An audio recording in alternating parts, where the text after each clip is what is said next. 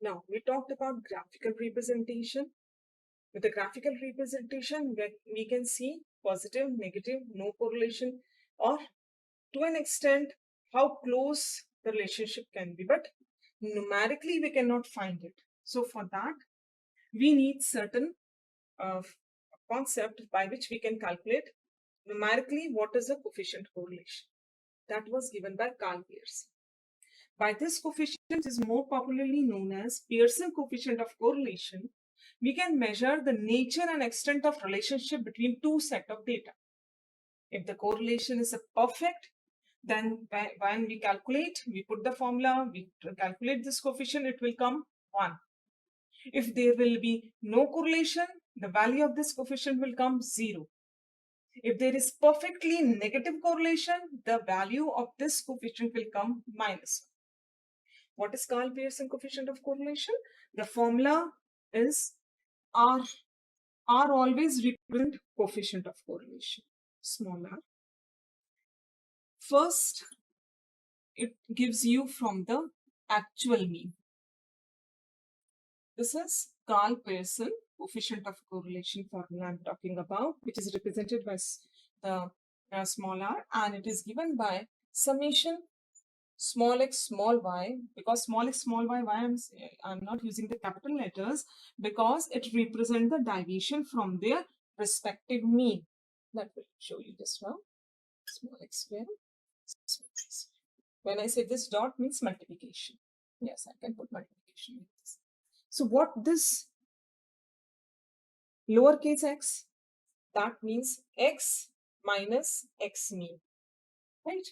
What is here? I'm not using capital, repeatedly saying you because there is a difference between these two. When I use capital X means these are values. When I use capital X bar means the mean of those values. When I find the difference, I can use it D. I can in many books or many somewhere you can find out. It's your choice. You can use dx. Somewhere it is used like this. So our notations can be changed here, but not x mean we cannot change. In the case of y minus y mean, this small y represent this. What is this? This is deviation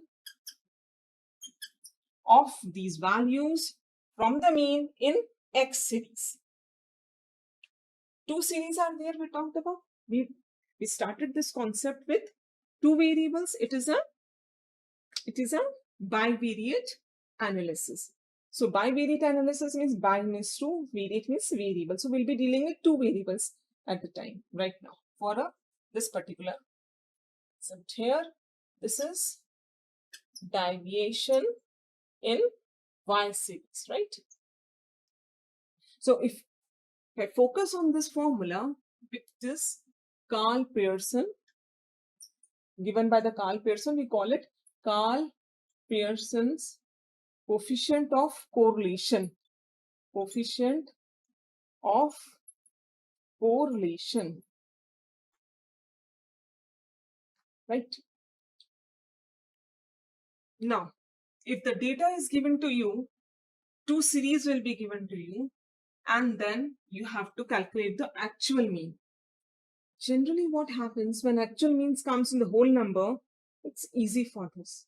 Many times it happens that the actual number doesn't comes in the whole number.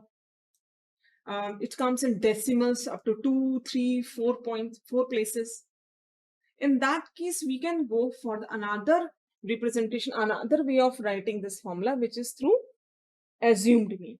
So before going to the assumed mean, let's solve one numerical on the actual mean. We'll take an example. We'll try to solve this over here. See, this is an example which is there on your screen. The two values are given, x and y.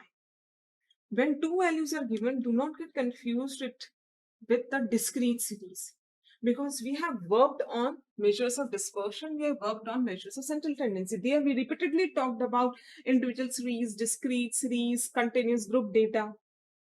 In this case, we do not have discrete or continuous data concept, right? We always have two different series and they are all individual. This is x and this is y.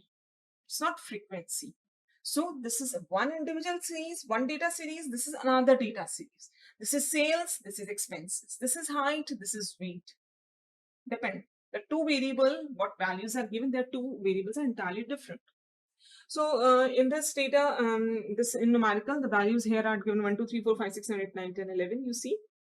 Then it is given 4, 7, 10, 13, 16, 19, 20, 25, 31, 28, 34. What we have to do is, we are supposed to find out the sum of all these values. Why? Because we have to calculate mean first. So what is the first step? So step which we should start with is calculate mean of each series.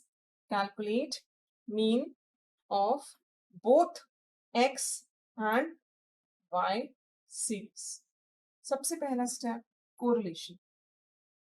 Mean निकालेंगे. Mean निकालने के लिए because in individual series है sum of values divided by number. So ये total इस मानक में आप इसका टोटल देखिए 66 आ रहा है. कितने ऑब्जर्वेशन से 11. तो 66 को आप नंबर ऑफ ऑब्जर्वेशन से डिवाइड करेंगे. मीन आ गया. यस मीन आ गया. अब y same work. You add all these values. ये सारी y की वैल्यूज को ऐड कर दिए. 209 आ रही है. 209. Same method. Calculate y mean. Summation of y divided by n. So how much it comes? It will come somewhere 209 divided by 11. Yes. 209 divided by 11. It comes 90. Right? Step 1 is done. Go to the step 2. What this step 2 says? Step 2 says to find out the deviation. Generally, we have done this work. Generally, we do follow this process in the case of MD and standard deviation. Fine. Calculate deviation from the mean in both the series. Calculate deviation of the data from their mean in both the case X and Y. So we'll do X minus X bar, deviation of the X series, Y minus Y bar, deviation from the mean in the Y series. This deviation, if I represent it by small x, small y, these are the small x, small y, which will be used over here in this one, right? These small x and small y will be used over here. So what I need more, two more column, square of this deviation, and the last column, square of this deviation. This is my complete table. What I'm supposed to do is, either you can do this work on the X data in the separate table, you can do this work on the Y data in the separate table. It's your choice. Many times it happens कि confusion ना हो तो students X पर काम अलग करते हैं और Y पर अलग करते हैं. It's your choice. But because exam में हम we always run short of time, तो हम एक टेबल में भी काम करते हैं. But this is after practice. जब आप एक तो numericals practice कर लें तब आप एक टेबल पे कर भी सकते हैं. आप चाहें तो X और Y को अलग भी कर लें. So if I find this deviation from X from this mean from 6, so what I am getting it? We are minus 4, minus 5, minus 4, minus 3, minus 2, minus 1, 0, 1, 2, 3, 4, 5. This you will get. If you perform this exercise, this is the data. This is values of X like 1 minus 6, 2 minus 6, 3 minus 6 and so on. So I get this one, right? Square it. Let us perform this exercise first on X. हम X पे complete करते हैं. इसको square करेंगे. 25, 16, 9, 4, 1, 0, 4, 9, 16, 25. And you go and add these values. Summation of X square will appear over here. It's coming 1, 1, 10. Right? What I did, I worked on X first. Just to avoid any mistake. Now, work on Y. What was the Y? Here are the values of Y. 4, 7, 10, 30 and so on.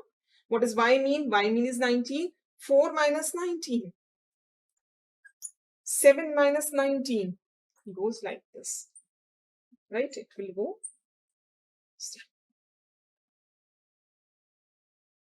It will go like this. Now focus on only small y, square it.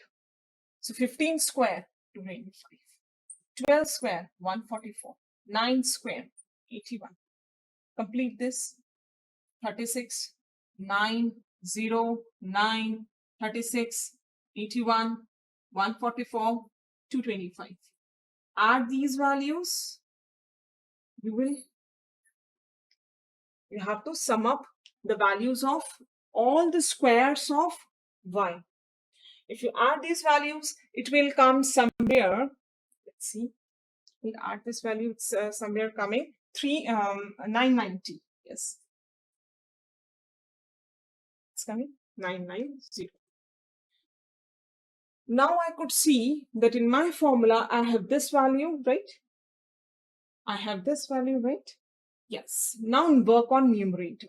So to work on numerator, simple this column x and small y. This has to be multiplied. Let us take over here. What I'm supposed to do is multiply this column with this.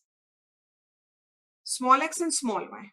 Deviation in the x series and deviation in the y series has to be multiplied, and one important thing taken care is when you multiply these two digits, minus into minus becomes positive, minus into minus becomes positive. So I get my this 5 into 15, 75. These two values. 12 into 4, 48. 9, 3. These two, 12.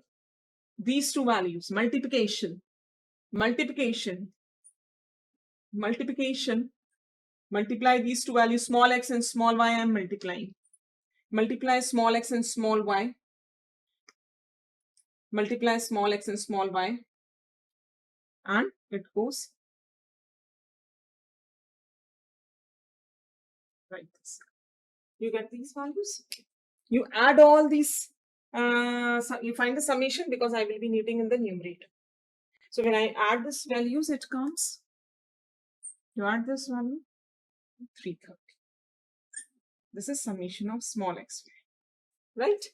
Now what is left is only you have to put the summation xy, summation x square, summation y square in this formula. So simply do it over here. Put 330, put numbers in their place. Under root, I have 110 multiplied by 990. So when you solve this, you will get the value of r. Solve this properly, this under root. Keep in mind this is square root, and you multiply it, you have to square root it. After doing this calculation, this is 1 you will get. When r comes 1, what has to be said? We talked about just in the case when you have a perfect positive correlation, sign is also, if nothing is written over there means it is understood, it is considered to be positive. If it has been negative, definitely the sign will place as negative. But here it is 1 means plus 1. So how we interpret this? We say that there is a perfect positive correlation between these two variables. Perfect positive correlation. How I am saying? Because it is 1. We talked about 1 means perfect positive correlation. Sign is positive. So x and y are considered to be completely perfectly correlated. Right? This is the answer. So we have calculated correlation when actual mean is used. So Karl Pearson coefficient of correlation can be used with the help of actual mean, but in case when to reduce the complexity, when we want to use we want to use a formula of assumed mean, we do have an option. So in that case, r would come summation, okay, small x, small y, n minus summation. This is summation. Small x is deviation from the mean in the case of x series. Small y, here it is multiplication, right? Divided by, denominator comes under square root. So in denominator, we had two terms. Remember, in the case of actual mean, we had under root x square, under root y square. Here also, we have a small change. We have this thing. 1, this term increases. Similarly, in the y also, if I keep this under curly bracket, another term was, remember, under that was summation y square, yes. So one term there also increases, that it becomes whole square, goes like this. Look at to the formula. Yes, the formula looks complex, but it is not that tough.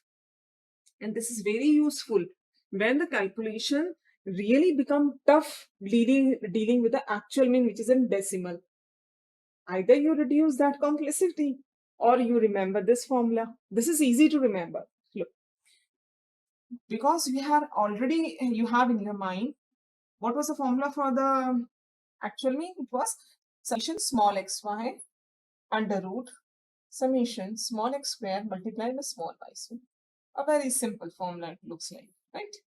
What I'm supposed to do it, put n over here, same numerator, and then you bifurcate this.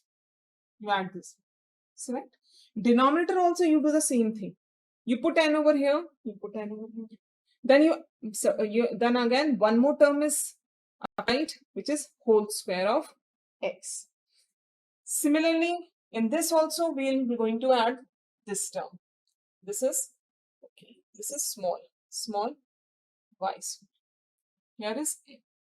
Now these two formula are very much similar to each other. This was when we had actual mean, and this is where I want to use assumed mean. Looks a bit longer formula, but when we apply it on the numerical, it really becomes easy for us when we deal with the assumed mean method. For example, let's say we have this numerical in front of you. X values are given, Y values are given to you. What you're supposed to do it? There is a standard way of calculating this thing. What do? We'll find out X deviations. We'll call it small x. We'll find out deviation from the Y. We'll call it Y. Only one thing we have to remember, that when we are working on X, either you complete the X work first, or if you're dealing with both the variable at the same time, we have to be very much remain conscious that we should be very much alert that we don't make mistake while dealing with two variables at the same time. So when we have done it, we have calculated small x, square it. When we have calculated y, square it. And then once you calculate the product of small xy. When I say small xy means they are the deviations from their mean. See, this much of the work is to be done. For any data values, this much of the column work has to be done. So what I will be needing, because I have used assumed mean. Why I have used assumed mean? This is because of while calculating the actual mean, I got in decimal. Let's suppose I got in decimal, so I have used this assumed. So this x minus x bar, this is assumed mean. Here it is also an assumed. What are the values? Summation xy in numerator. This summation xy, I need one thing. This summation x multiplied by summation y. So this summation x from first column, from second column, right? Again, this is x squared. This is x. This is summation x, already did. This is summation y squared. This is summation y squared. This is summation y. This summation y we already did. What is n? N is total number of pairs of observations. Yes. One thing, let us just for revision, just to have a recap. These values will always be given in pairs. Pair means this first value x and the corresponding y value, they are a single pair. You cannot shuffle them according to your choice. Not like that. So remember, and there is no need of arrangement in this type of concept. Don't go for the arrangement. When you have x and when you have y, means these two are related to each other. When you say x value is 43, means corresponding value is 29, so you do not disturb this pair. 44 is paired with 31. 46 is paired with 19. So you don't make mistake when we are dealing with correlation that we are not supposed to go for any arrangement of data. No arrangement of data is required. And even if you do the arrangement, then in that case, move according to the pair. If you want to do arrangement according to X, it's your choice, which is not supposed to be. But in that case, these pairs are attached with each other. If you move, the pair will move the whole as. If you move it upward, if you move it downward, this pair will move together. Fine. So n is the number of pairs of observation. How many number of observations we have in this case?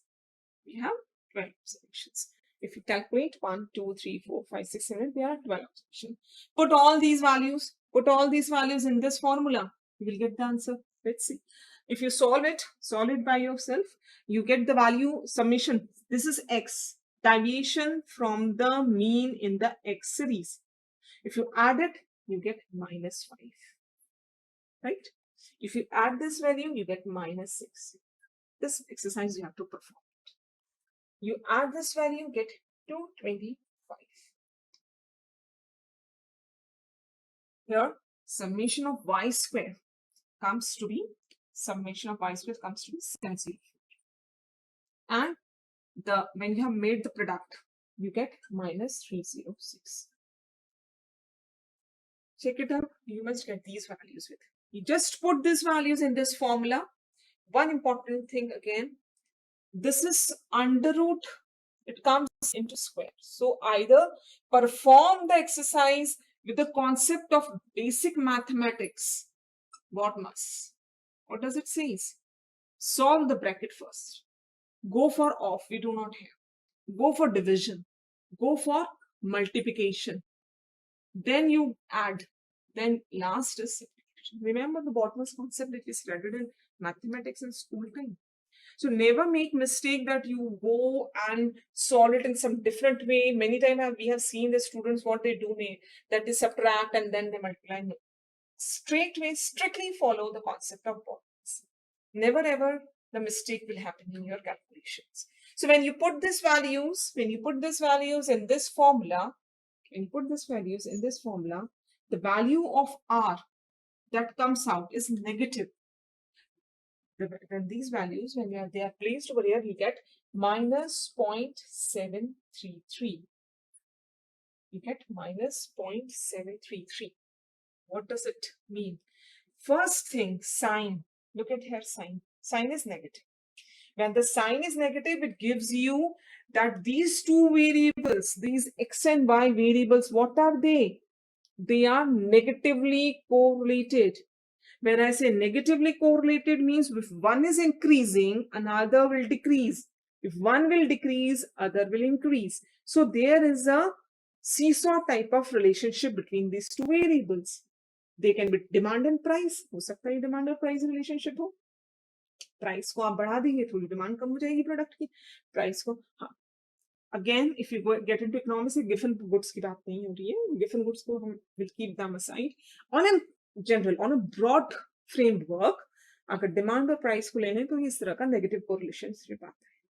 तो ये sign जो है R का, ये आपको बताएगा कि relationship आपका पॉजिटिव है कि नेगेटिव. ये जो वैल्यू है ये आपके एसोसिएशन को बताएगी हाउ स्ट्रॉन्गर. हम स्कैटर डायग्राम में बात कर रहे थे कि पॉइंट्स बहुत पास पास हो तो स्ट्रॉन्गर होगा, पॉइंट्स दूर दूर हो तो स्ट्रॉन्गर नहीं होगी रिलेशनशिप. लेकिन वहां पे एल्जेब्रिक वैल्यू, मैथमेटिकल नंबर नहीं आ रहा. Here I can get sign as well as how close the relationship is with each other. It is up to, in percentage, 73%. So the relationship is 0.73. May possible you have another data. If you are working on another data and you have been asked, okay, this is the demand and price variable of one product and then demand of price of another product is given. There also you have calculated this correlation and you found it somewhere, let's say, -0.63. Both of them, this case and another case which you are comparing, both of them are negatively correlated. They have negative correlation between the variables. But if someone asks you the comparison, you can definitely look at this value 0.60, 0.73. This will give you the relationship. It will give you the association, how stronger. Here, the association here, which is more stronger as compared to this data set. If I'm comparing two data set, I will compare this magnitude. The direction will give me the negative or positive, but this will give me magnitude. Who is more strongly association, correlation is there? Here it is more strong correlation exists in this data. So in this way, we have to interpret R.